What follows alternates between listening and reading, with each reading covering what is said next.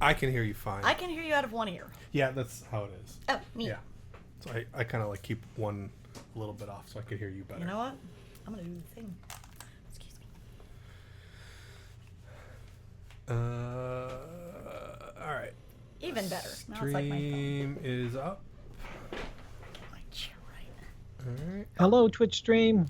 Hello, hello. Yeah, all right. So let's see. Let me hit record. All right, I'm recording. All right, I am recording as well. All right.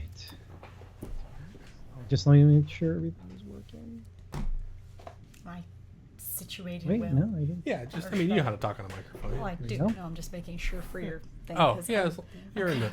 very short here. You're fine. All right. I'm ready when you are. Whenever you're ready, it's recording. All right. Not a In bit. 3, 2, 1. Welcome to Creaturegeek, the special effects makeup podcast from the fan and pro perspective right here on Tested.com. I am Len Peralta, And I'm Frank Ippolito. and this is show number 72. 72, Frank. What do you think about that? We're getting old. I'm here with We're the getting very- Altacockers. That's right. You can hear our guest in the background. Let's get to her right now. Yes. Before we do that, we want to say hello to everybody on Twitch Hello, who is Twitch. listening and watching us. Hello, Twitch.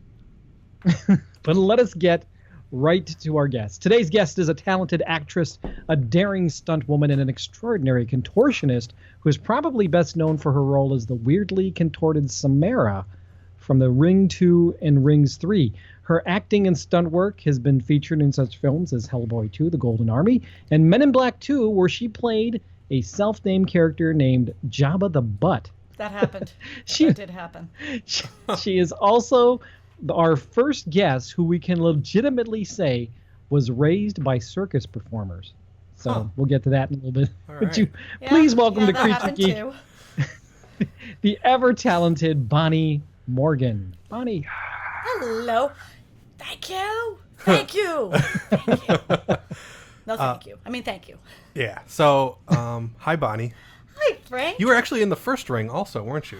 I actually was not. I I thought was you out of were the country filming stunt. another Ah. project. I did get called, but I was Oh. unavailable. All right, then My I was. first foray into Samara was for the well sequence in The Ring 2 and many Gotcha. other various strange little bits I- that they needed box for. That's Gotcha. right. I almost made that mistake. I almost said you were part of the Then it Rings was- trilogy, but you were only part I of made the 2 and mistake. 3. That was my mistake to make. You know, like I said, I was close and I was called, but I was unavailable. Yeah.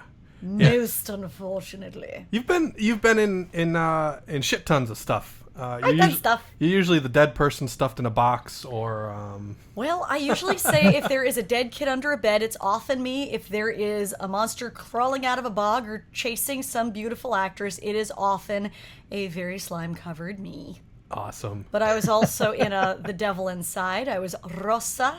Oh yeah, in the very beginning, you were like that real No, in crazy. the middle, I was... Was it the middle? You need to see a real one. I was the proof that exorcism is real. I always thought that in was in the beginning of the Italy. film. It was in the trailer a lot. I was in the trailer a Yeah, lot.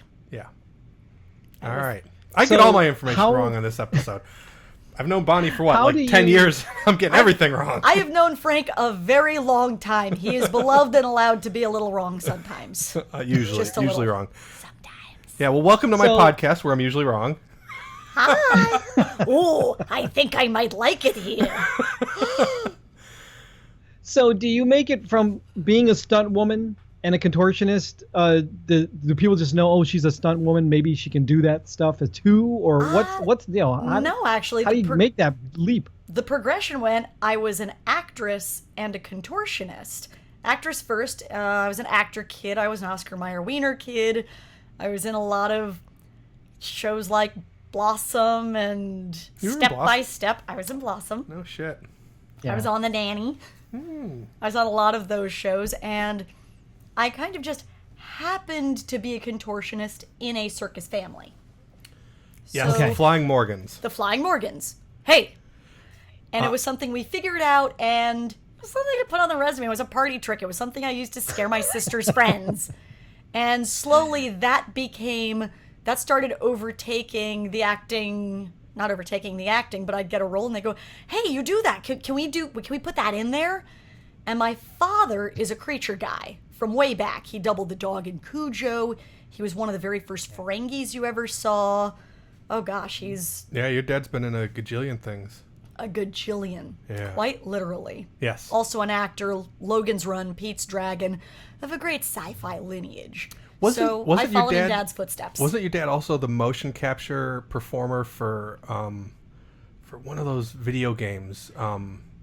He was in a live-action video game called Switch 2 that kids used to stop him in malls and say, oh man, you're real hard to kill.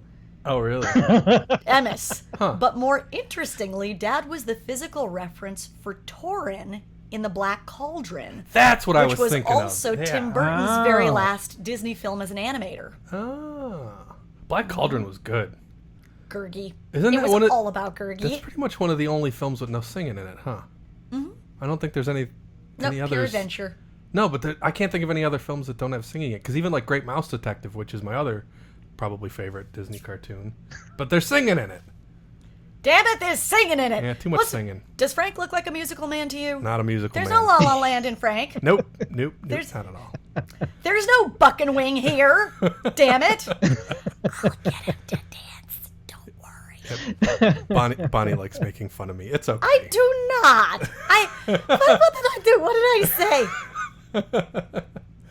So, in the come on, let's get back to something real.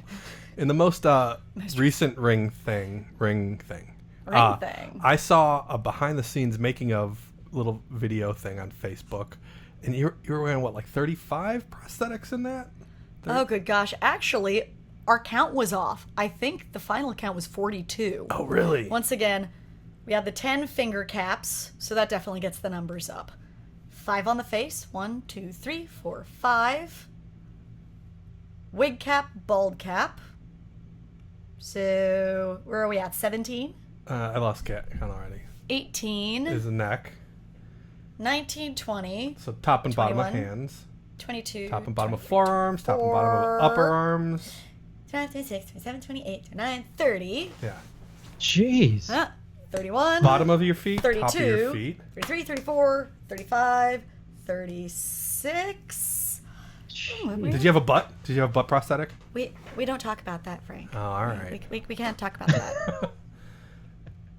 That was Samara's butt was never seen in the movie. It's not about the butt. Sometimes. It's not about the butt, Frank. Hey, speaking of the butt, I finally watched Blue Velvet. So they yelled at me. They yelled at me last podcast Yes. for not seeing Blue Velvet. I watched that last night. Pabst What'd you Blue Ribbon! Yeah, right. I mean, it makes more sense than what's it called? Than Twin Peaks, but I don't know. Shaw. What? Shaw. What? What? You got to use your people words, Bonnie. Shaw. No. We do not speak of such things. we do not speak of such things. This is going to be the worst I'm sorry, podcast what for Twin anybody Peaks? that's not watching it. Wait, they can't see? Oh. Well, I mean, sometimes people watch it, but most of the time they listen. Some Dude, people listen, yeah. some people watch. It's probably better that they watch this one because Bonnie is doing a lot of little things Gestures. that Yeah. that you can't really come across in audio. So She's Oh flipping my her, God. her arm upside down. I don't know.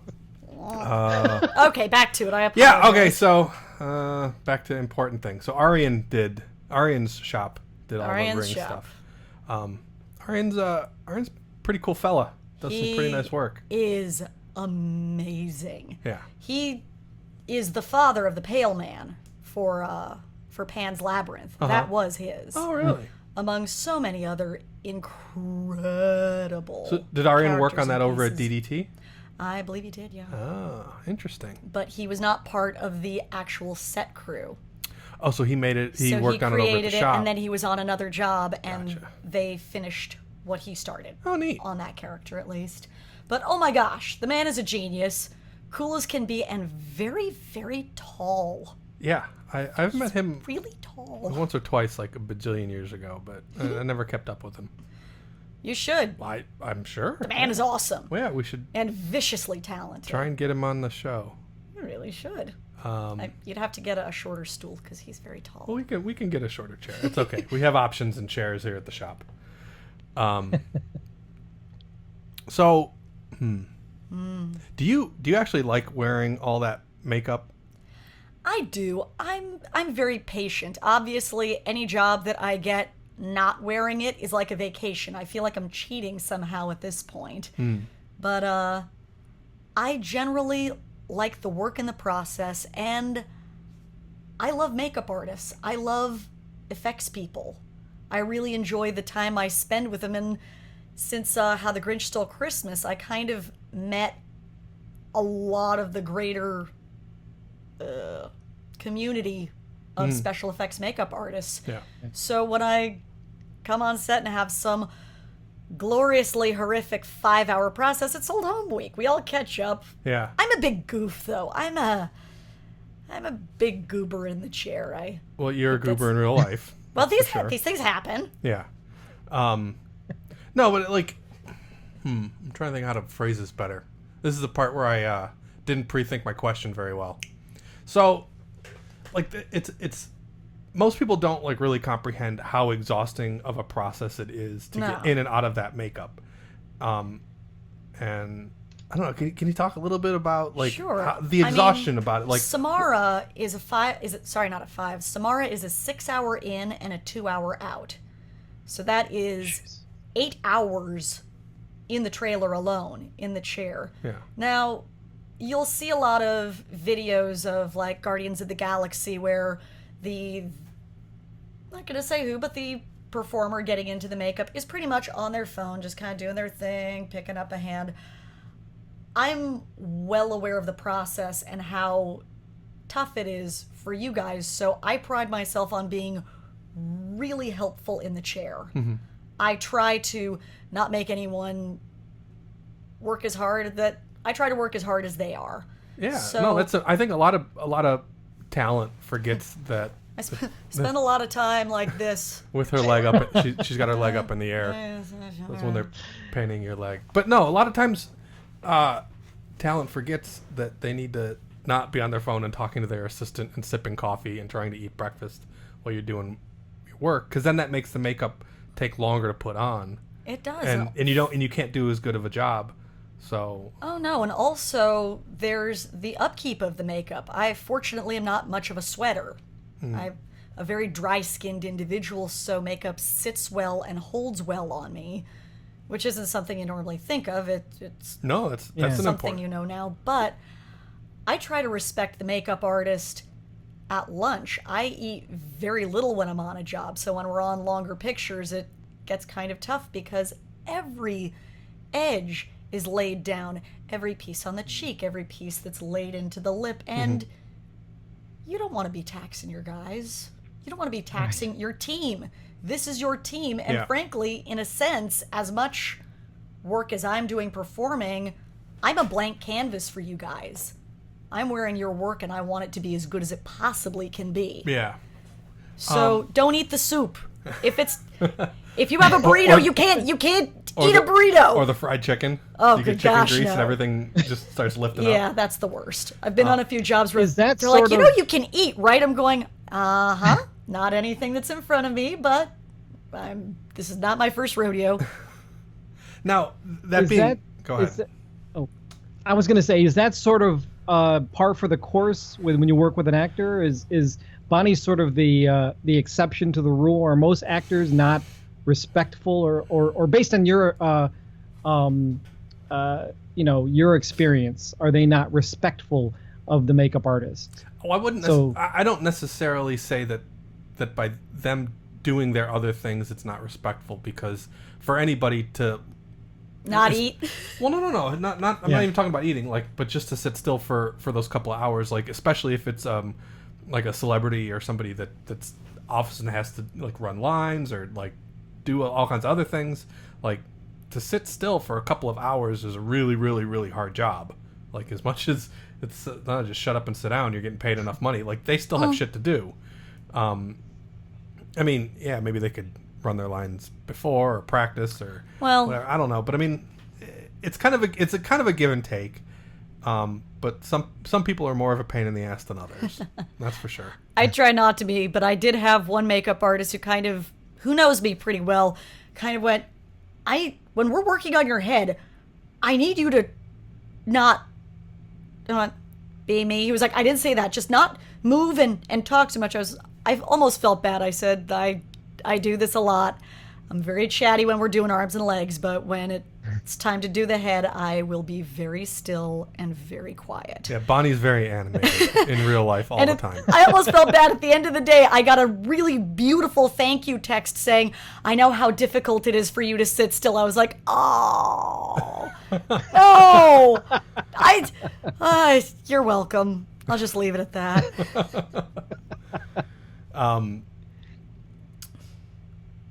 Brain fart again. Oh, well, while you're thinking, Frank, one of the things that caught my eye about your bio when I was reading it yesterday is a couple shows ago, or actually a long time ago, we had a gentleman by the name of Frank Dietz on, who is friends with Bob Burns. Bob Burns, of course, is the gentleman who had legendary parties or Halloween parties where you would put up big Halloween shindigs, and you have sort of the same sort of thing with the Morgan Castle. So I wanted to ask, was one of the things I wanted to ask you about. You have these legendary parties at the Morgan Castle. Can you maybe talk a little bit about that? Legendary, epic, and for glory. And I've been kicked out of both of the parties that I went to. Yeah. Frank, do they still happen? I wasn't going to bring it up. No, they do. We don't have to get into details. No, we don't have to get into it. I only do 2 a year. I can't say when or where they are because they will find me. Once someone actually went on a radio station for one of them. They said, hey, what are you doing tonight? And they said, I'm going to this party in Laurel Canyon. And they found us. And now you've just told everybody where you are. That's a very general area. I know. It's a very general area. But they found us. That was the first year that we went, I think we need to have a list or security or something that says you at least know someone who lives in the house. Yeah. Because when you walk into your kitchen and someone's like, man, this is a cool place. Any idea who lives here? I turned into the Great Gatsby. I was like, well, hello, old sport. Nice place, isn't it? Wow. They must be crazy who live here. Yeah, I got real Great Gatsby that night. My sister, however, went crazy. It was like, she grew a second head. Imagine. People started getting escorted out. Frank was not one of them that night, though. No. That was actually a long time ago. That was a lifetime ago. Yeah, it was like 7 or 8 years ago, I think. A lifetime ago. Yes, it was pretty much. So are they like they're themed parties, right? They have like a theme to them. Many are. We have done, of course, Enchantment Under the Sea prom, Jungle Boogie, Loincloths, That was one of the ones I went to, the Enchantment Under the Sea, I think. You were there. I think that was, yeah. Oh, that's like a Back to the Future. That's Back to the Future. That was the one where me and Kavanaugh dressed up in dresses, and we were female. And oh my gosh, Omar came as your pimp. Yeah, he was our pimp. Our friend Omar came as a pimp and brought the luscious ladies of the night. Yeah, which is me and Kavanaugh, and that was awesome. I have pictures of this somewhere. I mean, bouffant, lipstick. Yeah. Oh, it was so good. I think they had corsages and everything. Yeah, Frank Langley came with us that time too. He was wearing a tux, I believe. He looked very dapper, Yeah. But let's see. Jungle Boogie, Loincloths, welcome. That was a fun party. We did do Back to the Future. We've had a couple of Roaring 20s. There was Wonderland last year. Coming up is Muppets. Oh, nice. You'll have to let me know. Do you get a lot of special effects people coming to the parties? Oh, absolutely. A lot of the time it's whoever's in town. Wait, I got a question. Yeah. Has Max Landis been kicked out more than me? He's actually never been kicked out, to tell you the truth. Oh, man, come on. He has never been kicked out. Asked to leave? He had one piece of behavior that was like, oh, shit. I'm going to have to talk to him about that. Not tonight. Because I don't think it's going to make a dent tonight. And another time, he and a lot of friends were there. It was well past sunrise, and we were at that point where it was like, so what do we do with them? They're not going to sleep or anything. And my sister goes to me, do you want me to handle this? I was like, yes, please. She takes a bottle of glitter and dumps it on her hands and rubs them around. I think this was the Candyland party. And she starts waving her shiny, glittery hands in front of them like this. She's like, come with me. Come with me. And they followed her like the Pied Piper. She put them in a taxi. Taxi's like, where do I take them? She was like, Sunset Boulevard. After that, I don't care. And I wasn't aware that slammed the door. She comes upstairs. She's wiping her hands off with a towel. I was like, so what'd you do? She was like, I took care of it. I may have just been an asshole. I was like, well, what did you do? She told me. I went, well, none of us were telling us where they lived, and we weren't going to get IDs out of them, so job well done. Oh, I remember what I was going to ask before. I finally remember. So because you've had so many makeups done on you, do you have preferred adhesives and removers? Things that either work better with your skin or you're less sensitive to, or you feel that just do the job better? Prosthetic and Telesis both work very well. There are a few levels of Telesis that are way too strong for me. I would love to be one of those actresses who can request or demand or whatever it is complete removal with coconut oil only, because there are certain actresses that you don't use solvents on. But that would also tag an extra hour and a half on. Yeah. And I got turnaround and my guys got turnaround, and I want to make sure we and us are ready to go tomorrow. Yeah. Usually I get doused in mirror state. Strangely enough, like I said, my skin is very dry and holds makeup and holds adhesive in almost a superhero way. So it's tricky to get it off of you. It's very tricky to get things off of me. And sometimes the very best remover for me is Barbasol. Shaving cream. Interesting. Shaving cream is when, like, all else fails, that's what we use, because my skin gets kind of smart to it. It's like, oh, I know this game. No, I'm going to hang on to this. Interesting. And it cracks me up when certain actors, like, I think Jennifer Lawrence developed an allergy to the blue makeup. Quote unquote. Well, we'll call it that. But there was recently a thing on Facebook, top 10 horror makeup stories from stars, and I'm reading each one. I'm going, this is ridiculous. It was so overblown. It was so dramatic. I kind of went, wow. Good for them that they can make it sound like it's that horrible. Sound that horrible for a job that you got hired to do. And paid a lot of money. Yeah. I think Anne Hathaway once said, I'm not digging ditches. Yeah. This work is not hard.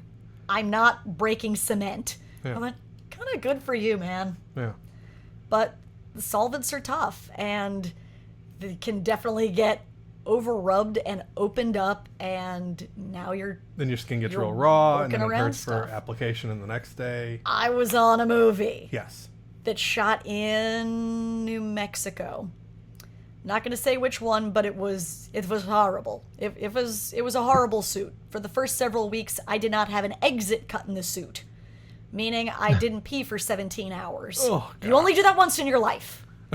And the only reason I didn't do what most people are asking, well, why didn't you just, succumb to nature's call, is because I loved my suit tech and didn't want her to have to clean pee off of the damn thing. Right. So it's a Friday, and I know my body, I know the suit, I know what's going on, and my foot started hurting in a way that it doesn't usually. Back of the ankle, I'm like, oh. I said, guys, I got to get the booty off. They went, no, we're night shoots. We're fighting the light, please, just hold on. All right, and I can feel the pain is starting to hit the inside of my calf. Like, guys, this is not right. Something's up. Well, daylight comes, long beyond daylight comes. They finally get me out of the suit. I go to the medic, and my foot has doubled in size. And I show the set medic, and I go, what's going on? He goes, oh, that's a spider bite. Yeah, that's definitely a spider bite. I'm going to put some Neosporin on it and just keep it elevated for the weekend. All right. So the next morning, the foot's even bigger, and I've got these, like, yellowing blisters going on all around this little cut I had on my heel, and I've got red patches of skin running up the inside of my leg toward my knee. I'm like, this looks bad. So I call my suit tech. I'm like, hey, what's this look like to you? She goes, that looks really bad. You should go see Buckley. He's our second, and he used to be an EMT. And I go down to his room. Buckley, who is it? It's Bonnie. Oh, shit, just a sec. He comes out in his AC/DC shorts. What's up? I was like, I hear you used to be an EMT. He's like, oh, Bonnie, I'm not qualified to look at anything. I'm the guy that sews people up before they... That's staph. What? That's a staph infection. Oh, no. Like, you're kidding, right? He goes, no, that's really aggressive staph. You should go to the hospital. Well, the creature crew and I are gonna go get some breakfast. We'll go after dinner. He's like, no. You needed to go last night. So went in. I was loaded up with antibiotics. It was one of those hospital experiences where the young doctor comes in and looks, and he leaves. He comes back with another young doctor. They leave. 3 young doctors come in. Now the 3 young doctors and the old, werewolf doctor comes in. All right, gentlemen. This is staph, and it's very aggressive. You haven't run a fever, have you? No? All right, if you do, you're on a 6-week IV drip, so, don't put that suit back on. I'm like, yeah, that's not happening. What else have you got? Sulfur tablets, 3 rounds of antibiotics, and, you should put a heating pad on it. Oh, okay, thank you. Great. So it turned out that I had a nick on my heel when I was shaving my legs, and the dirt that I was crawling around in with all the fields of grass had been watered with some very, very non-potable water. Like probably untreated sewage. Oh, jeez. And I was being buried alive and digging myself out and chasing people around and, doing the thing that I do. The monster thing. Wound up with a very, very, very aggressive staph infection. Well, at least it wasn't a spider bite. See that? So that's probably my worst suit story ever. Yeah. That's terrible. Yeah, that wasn't fun. Made for a good story later, but that wasn't fun. Do you have a favorite? A favorite? Oh, tough call. Rings was fun, both of them. Ring 2 was awesome because I had so much free reign. They didn't even think they were going to do it practically. So when I show up, they were like, what else do you want to do? I was like, sweet. And Rick Baker was still doing the makeup then. So it was Rick and Kazu and such a great team. I think Barney Berman, Jamie Kellman, Margaret was there. It was... Margaret Prentice. Yeah. It was such old home week because I'd done Men in Black 2 as the Locker Aliens and Jabba the Butt there as well as Grinch. So again... Nobody's sleeping, everybody's punch drunk, and it was a blast. Ring 3 was great, again, just because, what a team, what fun. Bart Mixon was there. Oh, Bart Mixon was on all 3 Ring movies, as was, I think Bill Sturgeon was too. So Bart was there for 2 and 3. And I think Bart actually put on my very first prosthetic appliance ever when I was a little kid. Oh, really? Like ever. What was that? I think it was for Grinch. That was the first big prosthetic thing that I did. I'd done little bits. You were who? I was a Who down in Whoville. I think they called me Puddinhead Who, something like that. But anyway, and Arian is amazing and fun and cool, and Jed Dornoff was on the team as well, and Bill Sturgeon, and Bill's wife is amazing, Linda. And I really enjoy what I do. I enjoy the people that I work with, and what's kind of fun is whenever the monster shows up on set, no matter how bad things are, no matter how stressful things are, no matter what's up, everyone is thrilled to see you. It's like, oh my gosh, now we feel like we're making a monster movie. Yeah, the monster's always the best part. The monster shows up. Yeah. And I get to be the monster. How cool is that?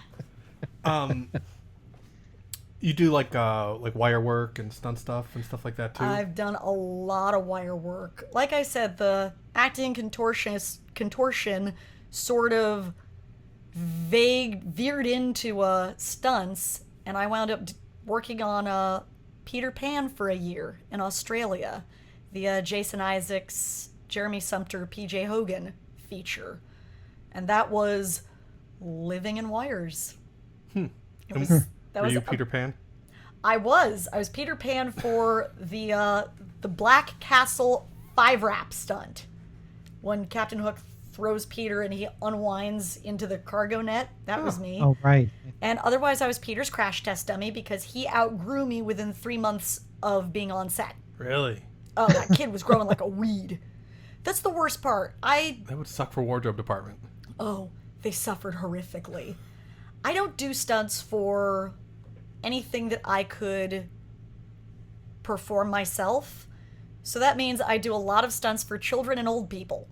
And I am very about keeping kids safe on set and on the job. And even if it's just spotting them for things that they can do, it's important to have someone who knows what they're doing there, as well as the stunt coordinator, just because I'm kind of their size and they feel comfortable because I'm very silly. That if you guys aren't watching on Twitch, she just squeezed her boob. No, I didn't. I don't know what Frank's talking about. I'm watching this on Skype. I'm like, wait, what the hell just happened there? I don't know. These things happen. But so again, I was Wendy's stunt double for the entire run of the picture. I was Peter's crash chest dummy, and I wore a prosthetic boy's chest to double Jeremy Sumpter in the Black Castle sequence. Prosthetic boy's chest? Is that just something to make you flatter? No, he was bare-chested, so I literally strapped myself down to 28 inches and wore a collarbone to stomach full prosthetic piece. I'm trying to remember who did that. I think his last name is Beard in Australia. Silver Fox. Great shop. Cool stuff. Now, you also do a lot of commercial work as well. Do you... is the commercial work, is it voice work? Is it acting work? Do you get to get dressed up? Oh, and all do of you the prefer? Above. Okay. Now, do you prefer the shortness of a commercial shoot to the length, like you said, these really long movie shoots? Because you can just kind of get in there and get in and out, or I mean, what do you prefer? What is your preference? I'm such a dork. I just love to work, to be honest. Yeah. Whether it's television, commercial, movie, I love the work that I do, and I'm kind of just happy when I'm on set, as silly as that sounds. Commercials are great, like you said, short term, in and out, but there is a strange problem with that. That being, it's the shortness that kind of makes allows people to take certain liberties with suits that they wouldn't otherwise, because you can live with just about anything for 3 days. For instance, I was the Comcast robot. Legacy built the suit. Beautiful suit. By the time they got done with it, the suit, without the head, hands, or feet, was 37 pounds. I weigh 95 pounds, so carrying that was very difficult. The head, which was easily a foot on either side of my head, was 14 pounds. And was resting on the bridge of my nose in a skull cap. The hands were a pound apiece, and the feet were 2 pounds, I think. Did they not do a fitting with you beforehand? We did so many fittings. Really? The unfortunate thing is, as it got heavier, as they started laying the silicone over the plastic, over the vacuum forms, and more details, and then they put the LED lights in, and then the battery packs, and more started going on, I kept saying, guys, this is getting really heavy. Like, well, nothing on it is heavy, but the sum of the parts kept getting heavier and heavier. So again, if it had been a feature, I would have fought for it. I would have said, I can't do this for 6 weeks. But because it was 3 days, I'm getting producers calling me at home going, hey, I know it's kind of tough, but we keep changing our minds, and they're doing a lot of work. Do you think you could just buck up for 3 days on this? And it was when you say how much more money you're giving me to do it. I am a very patient man. What's my stunt bump for that? That's the worst part. When you're an actor, you don't get one. Oh, that doesn't... Like, suit work doesn't... There have been so many times. It depends on what department hires you. Interesting. I've been on a couple of shows where I straight up saved them a stunt double because I was capable of doing the work. Yeah. And I went to the producers. I said, hey, I'm saving you probably 3 days of a stunt double. Yeah. They went, yeah, that's Stunt's budget. That's not my problem. Oh, you're kidding me. It's like, there's nothing we can do about this. So stunt coordinator was a friend. I went over and went, hey, is there any chance? And he shrugged. He said, you're actually out of my jurisdiction. I can't give you any kind of an adjustment because you're not on my call sheet. Oh. Are you kidding me? So bureaucracy. Red tape. Yeah. And anyone who says that it isn't a caste system is wrong. Yeah. Is very, very wrong. That sucks. Well, these things happen. But, yeah, so again, a lot of the longer shows I'll do will have much more involvement because it's going to be long term. Well, if it's a bigger show, can you get all of that stuff like in a contract early on? Where sure. if it's just like a commercial, they just flying by the seat of their pants and Usually. Is that the same case sort of for television, or can you sometimes get like contracts and stuff worked out well? All depends. The problem is usually that I so rarely see a completed script before contracts are signed. So I don't know what I'm signing on to going in. Interesting. So that's, again, and commercials. You have the vague idea of your audition. They're building the suit, and it isn't until day 2 of 3 that they say, okay, tomorrow we're throwing you in the pool. Wait, what? Yeah, this is when the awkward robot butler walks off the edge and into the pool. Shallow end or deep end? Well, we'd like you to sink if you can.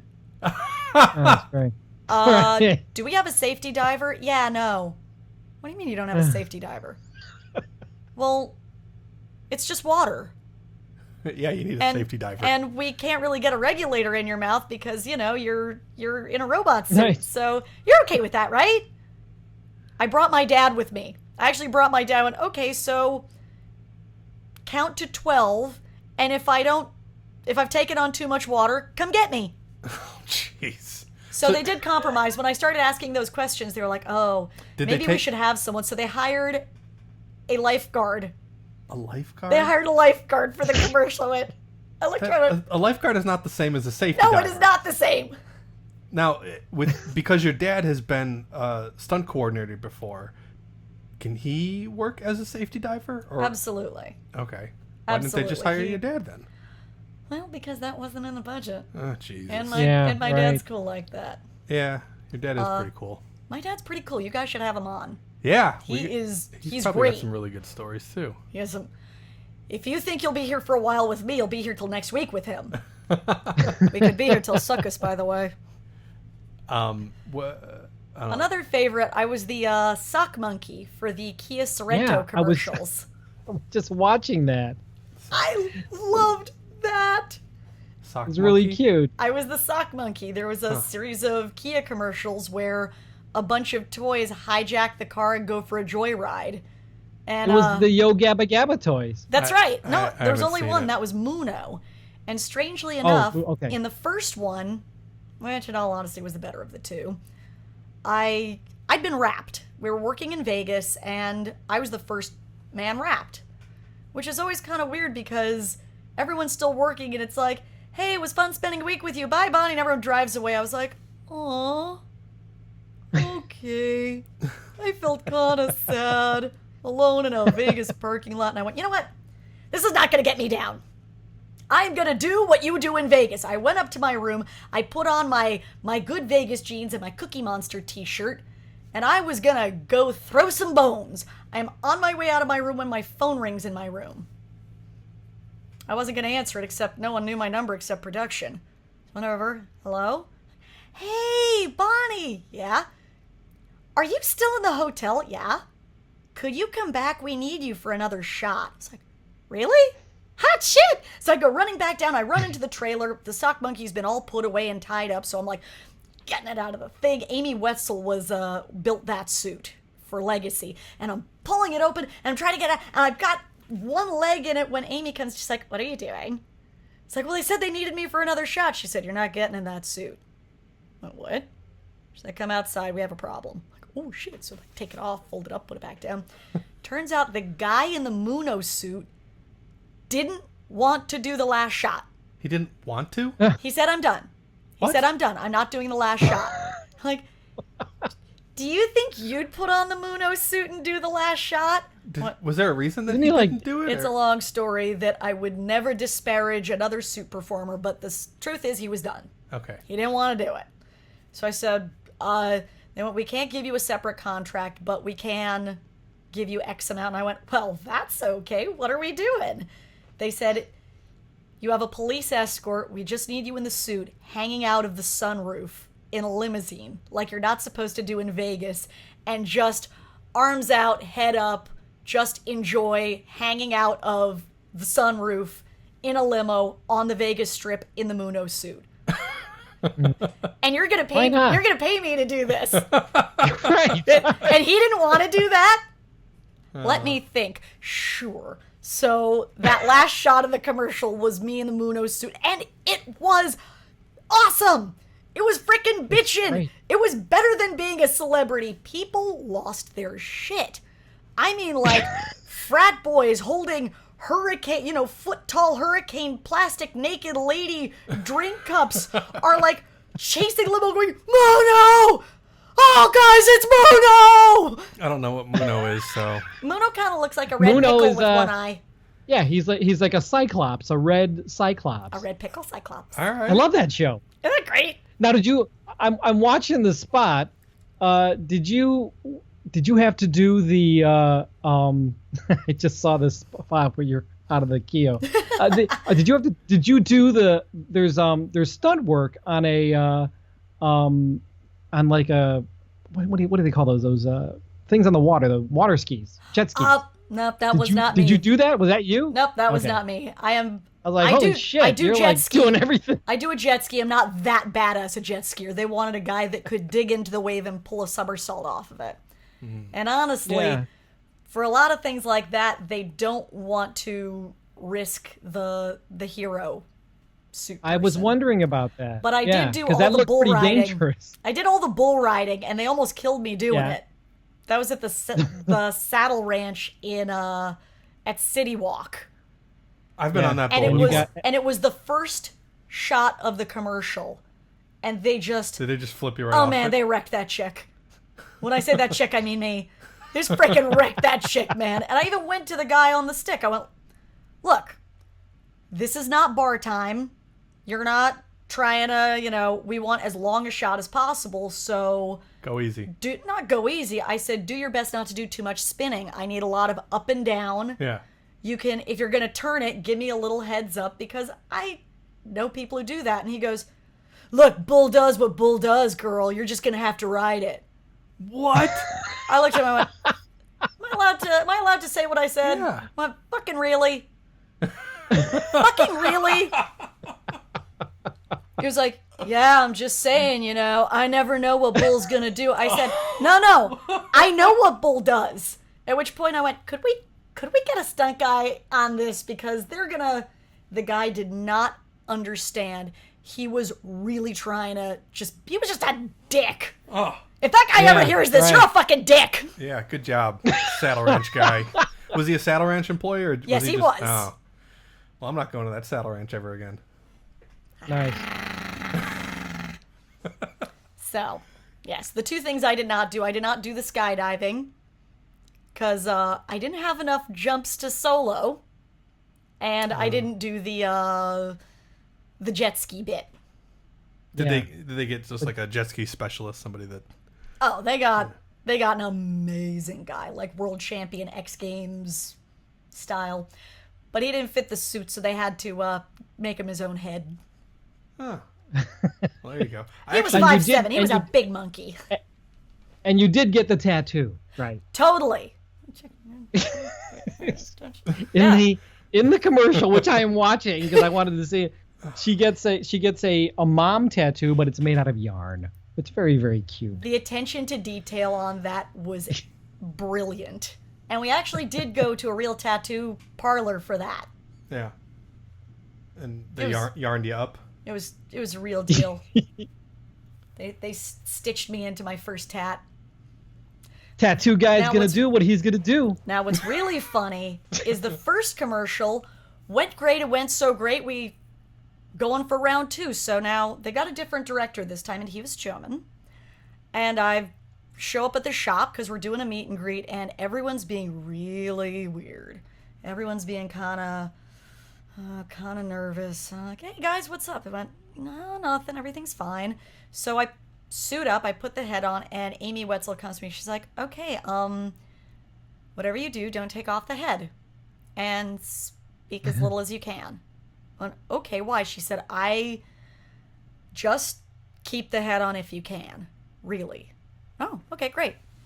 So here comes the director, and he's like, hey, sock monkey! And I'm like, hey, not talking, just kind of doing the gestures for me. He's like, oh, monkey, we're fist bumping. He puts his arm around me. I'm leaning on stuff, hanging out, because, sock monkey's a man of the people. Sock monkey's gonna sock monkey. Sock monkey going to sock monkey. And I'm hanging out, and this meeting is taking a long time. They're not even on the subject anymore, and getting warm, and I keep kind of looking over at Amy, and Amy's like, all right, cool, got it. So after about 45 minutes, director's like, oh, monkey, why don't you take off the head? And I'm like, nah, it's okay. And I was like, no, really, I wanna hang out with you. Take off the head. I kind of look over at Amy, and Amy's like, no, take it off. I'm like, it's fine. So we're doing this for a while. He goes, no, take off the head. And I look at Amy, and she goes, so I pick up the head, and the director goes, oh no. Oh no. Would you excuse me a moment? Sure. And he walks away with the team that built it. Goes, where's the guy that was the sock monkey? Yeah, that is the guy. Go, no, sock monkey's a guy, he rode the bull and he danced with the girls, and that is the guy. And he looks over at me and he goes, could we maybe get a guy to be in the suit? At this point, I'm like, I'm getting all indignant and shit. I'm like, I was the guy in that suit. And thank God, Legacy really backed me. They went, that's who the suit is built for. That's the guy that you liked so much. And if you liked him so much in the first one, I think you'll enjoy her work on this one. Mm-hmm. It's like, oh, okay. So every take in the second commercial is like, okay, sock monkey, you're a guy. Don't forget, you're a guy monkey. Like, oh, jeez. Oh, I forgot. I was totally gonna check up the monkey this time and be like, what? So that also is something that I know they say it's not an issue, but do you run into that more than just that instance? Do you run into? I think I do. It's usually just a lot less overt. I've come in for a bunch of things that love the movement, love this, love that, but maybe can we get away with using a girl? And I pride myself on androgynous, masculine, and strange movements. Yeah. It's what we do. We're performers. You're possessed. I was demon possessed. Actually, that was definitely a guy demon that I was possessed by in the Rome. Oh, yeah? Oh, for sure. Did you have to learn Italian? Did you? I did. I think that's actually part of how I got the job, is the sides were in English, and it said in English subtitles. So I called a friend, a man named Marco Fiorini. He was the last pope in Angels and Demons, and I had him translate the dialogue into Italian. So when I went in for the audition, I auditioned in Italian. Nice. So I also auditioned in a brunette wig with brown contact lenses. That's what the role was, right? The role was for an Italian teenager. It didn't specify. Oh. I wasn't taking any chances because I had recently not gotten a job because the director just couldn't see past your big hair curly color. red hair. I think I had it straightened for that audition too. But often I was like, well, but she's not, I think they wanted some ethnicity, whether it was Russian or anything. And the casting director, and this was a feature that Lauren Schuller-Donner was on. It was the casting director, the writer, and Lauren were all fighting for me. They loved what I did in the audition. And the director, his first-time director, he went, I don't know about the hair. I don't know about the look. And God bless her. Lauren even fought for me. She was like, we can put her in a wig. There's lots of things we can do. We can put contact lenses on her. And God love his pea-picking heart, he said, I want what I want. I want what I want. What if we go Asian with the part? I just don't want, And then they called me and asked if I would contortion double the girl they hired. So they had to put you in a wig anyways. Hurt. No, I didn't take the job. Oh. I didn't take the job. I said, find someone else. Nice. Good one. Stick it to him. Yeah. I sure stood up for my principles. Because that gets you really far in this job. Well, you seem to have a pretty good run going most of the time. We've been trying to get Bonnie over here for weeks and weeks and weeks. So I was skiing. You were skiing in June? In June. Yeah, in June you were skiing in Southern California. No, you were in Let me tell you, Central Mammoth has snow and it's epic right now. Really? Still. It's not melted. Like, what's the base like up there? Not bad. I gotta say, the consistency is like mashed potatoes. It's not corn snow. It's slow mashed potato. Oh, but you also like skiing at Mount Baldy, so. Wait a minute. If you're taking back trails or to the parking lot, do you board to the parking lot at Mount Baldy? I've never gone to Mount Baldy because. Oh my gosh, Mount Baldy's amazing! What? You don't know what you're missing. Really? Really, really. All right, that's it. You and me are skiing this winter. All right. If they get snow, when Baldy has snow, it's Southern California's best kept secret. Really? Really. Because I've been to Bear Mountain, I've been to Summit, I've been to Mountain High. No, all terrible. I mean, compared to Baldy? I take it back. They're not terrible mountains. They're just very blue mountains, and they're great for boarders. Well, I snowboard. I know. But Baldy, if they have snow, is amazing. Killer skiing. All right. This year I went to Breckenridge back in January. Ah, you lucky bastard. Oh, so nice. Lucky bastard. I have a friend that's a local there, and he said it was probably the best snow that they've had in years. So this was the best snow we've had in years, period. Yeah, I guess. We finally got some rain. That is true, isn't it? But Mammoth is still okay, really? Mammoth is okay. It's consistent. Like I said, mashed potato, but consistently. Like groomed, like all just like packed groomed? 23 is open. Gondola's open. I mean, if you're skiing at that level, I go for the wipeout and dropout shoots, and we were skiing Hangman. Hangman's still open. Are those the ones that are up on the top and you can go to either side of the mountain? Yes, okay. That's off chair 23. Gotcha. I don't know the chair numbers that well. But I know fancy top of the mountain, and you can go either over to the one side or... Well, you've got the gondola over here that you can only get to from the gondola, and that's Cornice and Hangman and what goes right under the gondola, which is great. Uh-huh. And then if you ski way over, you can take 23 and play on those runs. Gotcha. Baldy has some good tree skiing, though. If you're into that sort of thing. Well, I'm going to have to go with you next season. Please do. Okay. Let me know. I call you. Okay. Sorry, back to you. No. we'll hold you to that. We are done discussing snow sport. That's okay. It's, are there any other than snow sports? What do you do for fun? Like, I mean, you guys have the Flying Morgans kind of thing going on. Like, what kind of... My dad and I are adventure buddies. Yeah. I got another buddy named Kerry Ward who has been living in Cabo with his wife and daughter for the last few years. And, dude, hanging out with Kerry is like adventure boot camp. You go down to Cabo? Is that what you're saying? We did for my birthday last year. We went swimming with the whale sharks. Oh. Which is a trip, which is great. That was like down in a cage and everything? No, whale sharks. They're the ones that don't bite. Oh, okay. You know, it's like swimming. They don't have teeth. No, it's like swimming with a bus. Wow. It's literally like getting in the water with a bus. Huh. Enormous. And hiking, cliff diving, water skiing, fishing. So outdoorsy fun stuff. We do outdoorsy fun stuff. I also perform every now and again Wednesdays at Scott Neary's Booby Trap. What's that? Scott Neary is a fantastic, amazing, slightly awkward juggler. And he hosts a Wednesday show that just moved to King on Hollywood Boulevard called Scott and Harry's Booby Trap. And the format is everyone gets 4 minutes. Mm-hmm. At the end of 4 minutes, you get booby trapped and you get thrown off stage. But it's, I think it was like the Gong Show. It's like the Gong Show, kind of. Yeah. Except, no one gets past 4 minutes. I think the Gong Show is starting up. It's coming back. Isn't it tonight? I think tonight's the first episode. My dad is on it. Your dad's on it. Nice. I'm not sure which episode, but he did go on. Cool.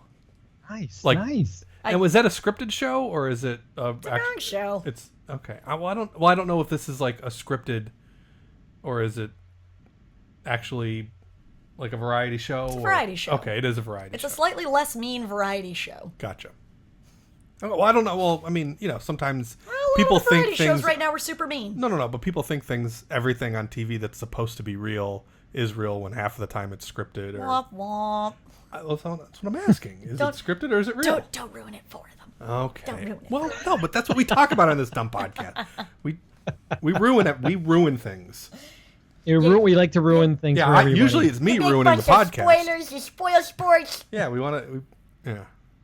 Yeah, we ruin things. We can't have nice things, Frank. No. This is why we can't have nice things. Frank definitely can't have nice things. No, I got a pinball machine that I Which have. one did you get? I got the new Ghostbusters. Awesome. Well, it's over in the other shop. As soon as we're done, we'll go play. Oh, freaking cool. Gary I want has an Addams almost Family. $1 billion on it. He's set the high score.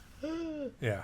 I thought I was lot of doing time pretty in good. the shop. I would never get anything done. That would be like the worst thing is to get a pinball machine. I'm I a would big never fan get of the anything Addams done. Family pinball machine. Yeah. That's the one that I long for. Well, the Addams Family and the Creature from the Black Lagoon are the two that I was thinking about getting. And a friend of mine, Jeremy from Tested, and also Steve Lynn, they told me to think about getting a more modern machine because I'll have to do less maintenance on it. And I had an opportunity to play this Ghostbusters one, and I really liked the game. Oh. So, and they said, this is like brand new. So the machine I have is brand new. So I don't have to Thank you, Craigslist. No, it wasn't Craigslist. No. It's from a distributor in Ohio. Oh, sweet. And so I don't have to worry about maintenance or some old machine that's been worn out or. Is it from Danny Vase? No, I think the place is called Tilt Amusements or something like that. No tilt. Okay. Yeah. Does your machine is it tilt? pretty? Are they? I have it. Are they pretty expensive? Are they a lot of money? Or are they for newer ones? Are they a lot? No. Well, this one, brand new, delivered, is $5,100. Oh. So to some, that's a car. Well, I mean, I don't know. I think that that's it's cool though. Yeah. I mean, that's super cool. Thanks, Frank, Patreon. Frank, you did the right thing. Well, I thing. don't have a savings account. I just have these things, and if I ever go belly up, you'll see the pinball machine, that'll be on Craigslist. No, I have all these toys that if things start getting pretty shitty for me, I'll just start selling them. Yeah, that's a backup plan. No, it is a backup plan. I mean, I got lots of toys. You've got cool stuff. Yeah. You know what you can do, Frank. Frank's If got a collection. If things go belly up, you can ship it back to Ohio, and you can have it here. So then I can ship it back to you. Wait a minute, you're in Ohio? Yeah, Len's in Ohio. Oh, no kidding. Yeah. What part? Cleveland. Cleveland rocks. Yeah, I'm from Cleveland also. It doesn't really rock that much. It's okay. My grandma's from Canton. Oh, yeah. Oh, nice. Canton, Ohio. Yeah, the Football Hall of Fame. That's all they got. Yep, the Pro Football Hall of Fame. Absolutely. I filmed a movie. Oh, gosh, it was with Robert Englund. What the heck was it called? Is it the one that... Oh, I'll tell you. It's Fear called... Clinic. Yes, Fear Clinic. That's the one. You played Paige. I played Paige. Do you have her IMDb up? I got are you to Len? Really? Right here, yes, I'm looking. This guy's really good at me. Yeah. So I got there and I'm always the one that doesn't pay attention. They're putting me up. I don't either. It's terrible. They put me up at the Super 8 Motel. And the place that I was going was spelled Medina. Medina. Ohio. Yeah. So I walked up to the lady who was at the desk. I'm checking in. I said, so it's pretty cold here. It was December. She goes, yes, ma'am, it is. I said, so would that make this the funky cold Medina? She goes, it's pronounced Medina, ma'am. What? You're kidding, right? No, ma'am, I'm not kidding. Well, that's funny. Why is that funny, ma'am? It's like, Medina, it sounds... No reason. It's not that funny. So she gives me my room key, and I open the door to my ground floor smoking room in Medina, Ohio. And I stop in the threshold and I text my dad and my sister, checking into my ground floor smoking room in Medina, Ohio. I sure hope success doesn't change me. There's a bunch of places like that in Ohio. Yeah, that sounds like Ohio to me. Medina or Medina. There's another place called it looks like it says Ashtabula. That's what it looks like, but it's Ashtabulous. Yeah, Ashtabula. Ashtabula. Yeah, Ohio's full of names that don't really make any sense. Like on all the license plates up in Northeast Ohio, the county is Cuyahoga, but if you had to look at that and you weren't from Ohio, woman that, you're going to be in trouble. Yeah, if you had to look at that, like Cuyahoga, like Cuyahoga, like it's Cuyahoga. Yeah. Yeah, it's Ohio's ridiculous. That's right. A lot of ridiculous names. Well, it's just like, I mean, it's probably no different than like the Hispanic names for roads and towns around here, like Cahuenga is one of my favorites. Cahuenga. New people in town go Cahuenga. Cahuenga. Yeah, no, it's Cahuenga. Yeah, and then Camarillo. La Jolla. Yeah. La Jolla is another good one. La Jolla. La Jolla. La Jolla. Yeah. Yeah, same thing. Yeah. Los Angeles is dumb too. These things happen. So, I know that I'm stealing Len's question now. Typically, at the end of a show, we ask people if they have any advice for people that want to get into the industry. Do you have any advice for people that would want to be either a suit performer or a stunt woman or like do that specialty kind of work? Like if somebody was like, I want to do that. Tough. My dad's advice is always this. If there's anything else in your life that will make you happy, do that. Because this is a hard in and it's a hard life. But if this is the only thing that will make you happy, be ready. Whatever it is, be ready. Train in your skill. Don't disappoint when your opportunity comes, because it can and it will. And it's tough. It really is, but it's great. Advice for specialty performers is just that. Practice your specialty and have fun along the way. Do you practice your contorting? Or is that just like a natural thing? But you can't see me doing it right now. She's contorted. She's like a pretzel, Frank. She's been sitting like a pretzel for the full hour. Yeah, pretty much. Crazy. I do. I train and I practice. As far as stunts go, there are many places that stunt people gather and train. Mm-hmm. I know some people whose specialty is acrobatics. They go to Muscle Beach, to the grass, to the green every Sunday, where they're training lifts and throws and acro. There's a new community of cheerleaders that are practicing and training. If it's motocross, whatever it is. And it's always better to have a niche specialty if you just want to be an all-around stunt. Martial arts, acting, if that is your passion, stay in it. Practice it. Find a place to do it. Like I said, all right, have fun along the way. I got a question. As a contortionist, do you have to work out to do that, or is it just like a natural thing? Like, do you have to like stay limber, or if you don't do it for a while, you will be like, I can't do this anymore? Like, well, it started with the car accident. Car accident? I'm kidding. Oh, that's terrible humor. I had a natural ability. I'm laughing. He's laughing on the inside. I had a natural ability that I highly encouraged as time went on and kept doing it. And a lot of people are very limber as children. I run into so many people that go, I used to be able to do that. I used to sit on my head. I used to put both legs behind my neck. But your body goes through major hormonal changes. And that's usually when things tighten up and your body starts to retool itself. So as a weirdo homeschool kid, when most people, were discovering friends and boys and not being so socially awkward, I was doing this. I never stopped. So the fact that I trained so hard through those hormonal changes, through puberty and through that, I still train, not as hard as I could. I know many contortionists who have to every day, who still do every day. I'm a little bit of a lazy contortionist, but I do still work it. And I do an act. Was that encouraged because your dad was a stunt performer and stuff like that? Or did he just let you do whatever the hell you want? Well, I'm a third generation performer. My grandparents were in vaudeville. My grandma opened for Frank Sinatra. Oh. She did 27 flip-flops down a racetrack. And my grandfather was a hand balancer. They did a soft shoe acrobatic knockabout comedy act. And then they retired to, now when I say retired, I just mean they came off the road to Passaic, New Jersey, where they opened a dancing school and taught ballet, tap, jazz, gymnastics, ballroom, martial arts, and that's where my dad came along.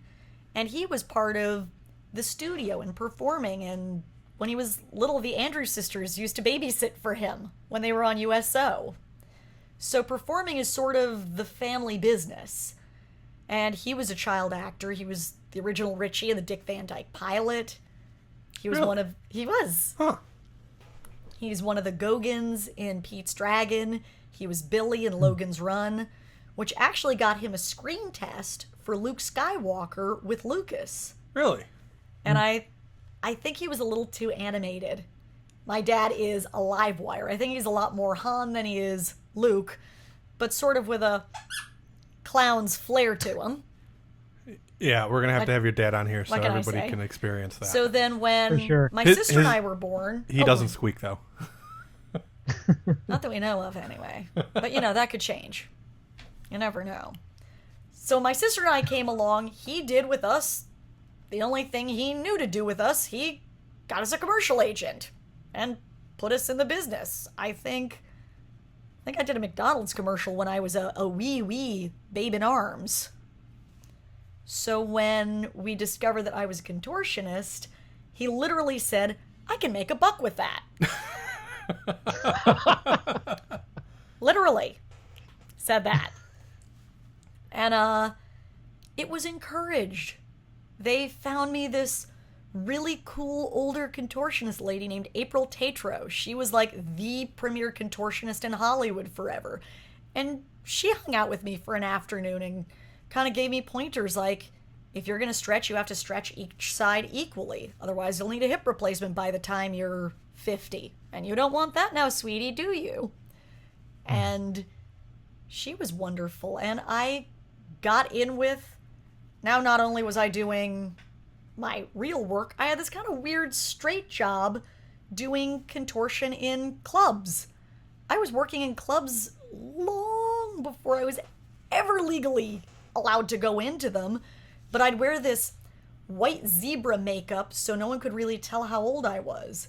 So I would be working on Hollywood Boulevard clubs as the contortionist or the aerialist, just all the various circus skills my dad taught me, stilt walking and globe walking and clowning and just club shtick. Oh, this is kind of funny. I got hired to work in the Viper Room when I was like 14 or 15. I definitely wasn't driving because my dad took me there. So, and I sent them pictures of the zebra, and they're like, no, we don't really want the zebra. It kind of looks like Alice Cooper. Just wear something else. I had this gold unitard on with all this fancy makeup.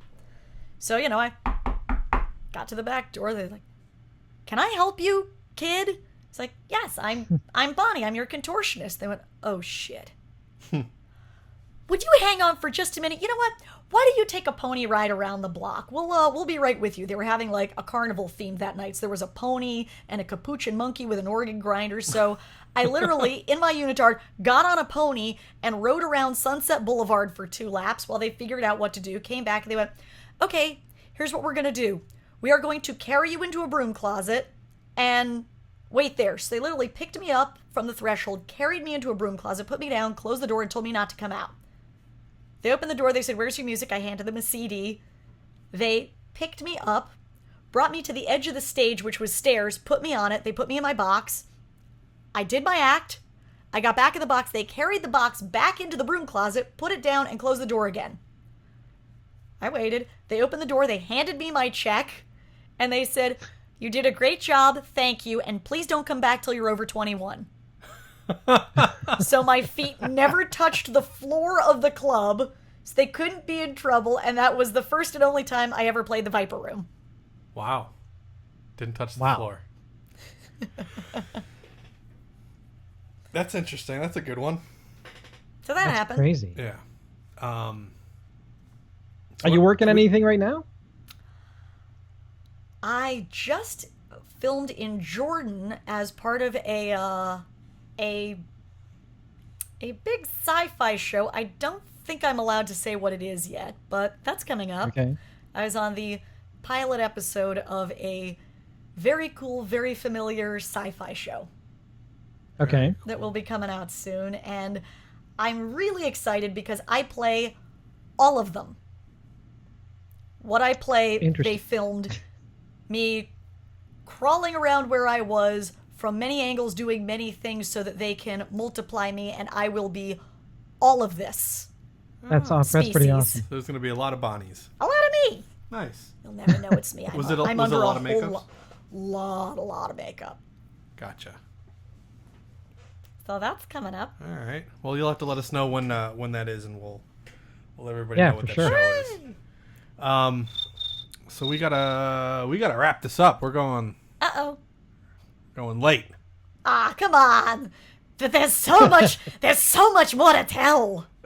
Oh, we got to have you back on again. We'll have you on again. I would love to. We'll have a twofer with your dad, so you guys can go. Oh, that'd be awesome. You might need to do a double booking. That could take a while. Oh, all right. The commentary alone, my gosh. Yeah, it'll be interesting. They're kind of a hoot when they're together, so that'll be a fun one. We got hummingbird blood. Yes, that's for sure. Mostly run off a lot of sugar.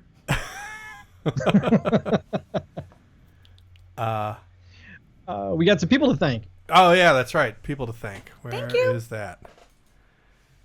All right. Thanks everybody for kicking in on that tip jar we call Patreon, or the Patreon we call the tip jar. Jason Moore and Eric Seglum, love you guys. Ghost Ride Productions, Kevin Oakes and Aaron Kruger McCash, love you also a bunch. Jonathan Worsley, Hal Clay, Scott Ashita, Chris Ellerby, Bob Lackey, Brian Warner, Gerard Libby, TJ Becker, Robert Burns, Charles Babbage, Ricardo Morello, Eric Mullins, Raymond Stanek, and Donato Sonatico. There we go. Donato Sonatico. Of course, patreon.com/CreatureGeek. Bonnie, where can people find you online? You have social media presence? What do you got? All of my social media is at Bendy Bonnie. I have a Facebook page that's just Bonnie Morgan. It's a picture of Samara doing the thing. And like I said, Instagram and Twitter is at Bendy Bonnie, BendyBonnie.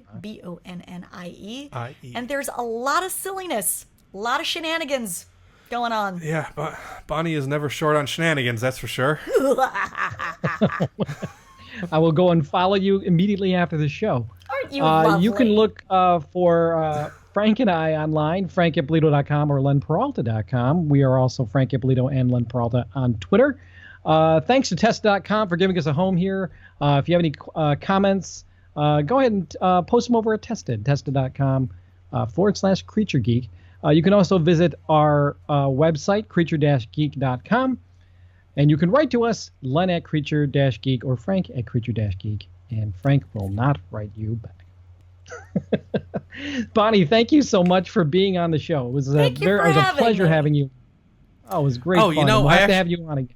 I actually got a question from Instagram for the show, but we're going to have to answer it on another episode. It was a technical question. Oh, bravo. So, okay. Yeah. We'll be on the next episode. Yeah, or something. Thank you so much, Bonnie. We will see you on the next episode of Creature Geek coming up hopefully next week. Till then, not next week. I think this is wrapped up for the month. Well, gentlemen, thank you for having me. We got one more. Do we? I think we have one more. Yeah. No, it's the end of the month, dude. Oh, it's next month. That's right. Okay. Yeah, we're already in July. All right. See you guys. Bye. See ya. All right. Where's the stream button? So stop that. Excellent. Thank you so much. Thank you. Stop the stream. Bye, Twitch.